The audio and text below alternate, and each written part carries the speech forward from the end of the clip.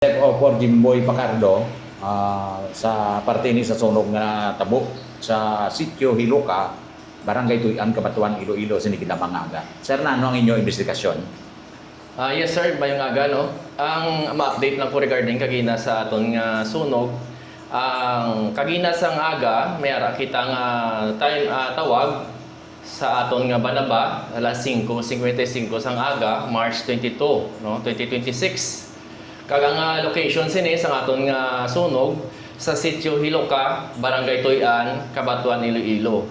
So ang structure sini nga involved, human ini siya sa storage o kung poultry, no, occupancy.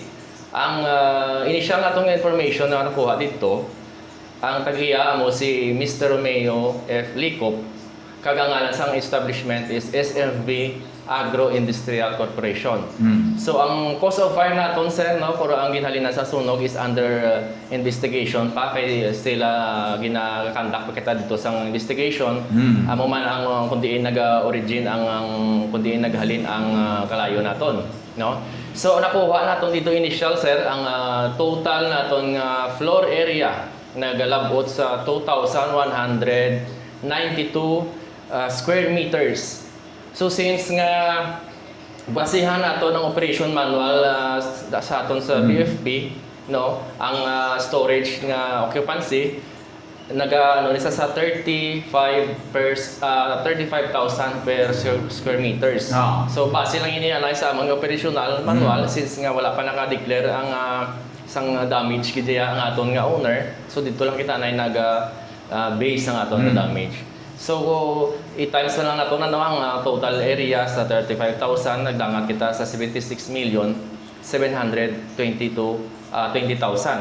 So, ang declaration naton ini sir, naglabot kita ya sa third alarm, no, kay considering ang kadakuon sang area naton, kag ang kung makita ko man dito kay sir, no, ang sa location naton sa fire incidents naton is Palaba ang area naton. So, that's why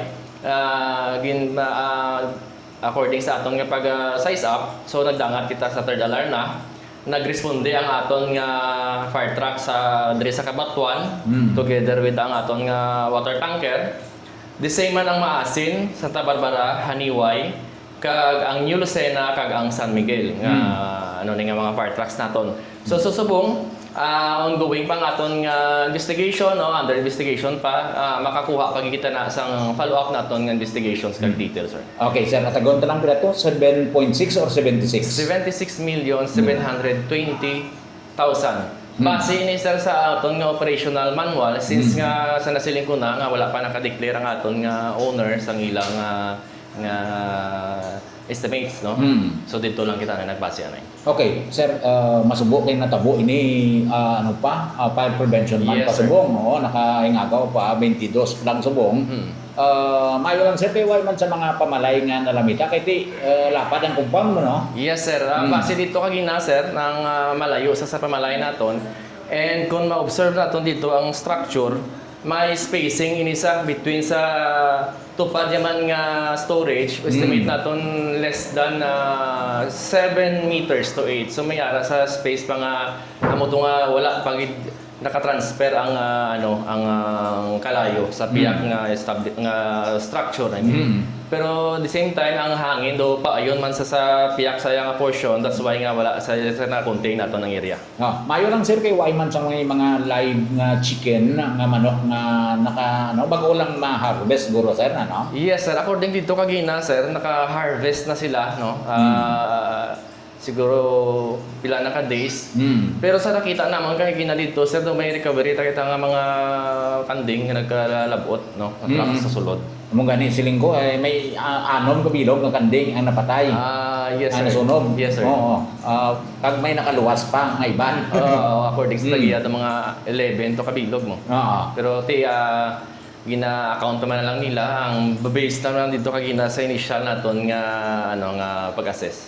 Kay kung mo third alarm, na alarm man ang iban nga mga neighboring municipalities nagpadala sa ila fire truck sir. Yes sir, amo to kagina sir, no, ang aton nga Maasin nga fire truck, Santa Barbara, Haniway, New Lucena, kag San Miguel. Kay may ginasunod kita sa nga ano mo nga running card system. So depende sa pag-assist ang fire card commander kung i-declare ya ini nga ikapila ng alarm sa pwede kita ka-top sa neighboring naton nga mga banwa. So dako man to ang pagpasalamat manamon sa diri sa aton sa Kabatuan nga insigida sa nakaresponde ang aton nga mga neighboring nga mga fire station. Okay, way tapang mabalaan ka ano ang cause of fire? Yes sir. Amo man sa lang aton nga ano no nga origin naton kay ongoing sa sining ko na ongoing pasubong ang aton nga investigation. So i-follow up po naton sir kung ano ba makuha naton nga mga details regarding sa investigation naton sir. Pero sa matabo kagina sir ang sunog, pila ka tawo ang sasulod sa structure? Tao. Di ba may nagatulong? Wala sir kay ini storage ni sa sir sa mga storage. livestock, mga manok. So purely nagini sa galing kay amo to kang na harvest na nila ang mga manok nila. So wala na sa sulod, wala na unod. I mean ang caretaker sa bilog nga poultry dira may Yes sir, may araman sila yasang ilaya nga ginatulugan pero ang involved na tong structure is purely storage lang ito sir. So wali gid puro manok na nakuntani pero na-harvest na. Mo lang to sir nga napasalamatan man nga maskin paano ang wala na sang sulod dito. Okay, hindi man kita ka maka-speculate no, pero sa mo nga structure lang ta anong posible? Kuryente? Yes sir. Pero kung nakakuha kita dito sir no, maka-follow up kita sa investigation, then we could assess kag maka-conclude kita base sa makuha naton sa scientific approach naton. Sa subong sir hindi tayo maka-speculate pa. It technicalities and scientific dapat makakuha kita na dito sang samples sa aton nga fire scene. Okay, with this, maraming salamat SFO4 Jimboy Pacardok sa Kabatuan Bureau of Fire Protection. Yes, sir. Maraming salamat na yung agas.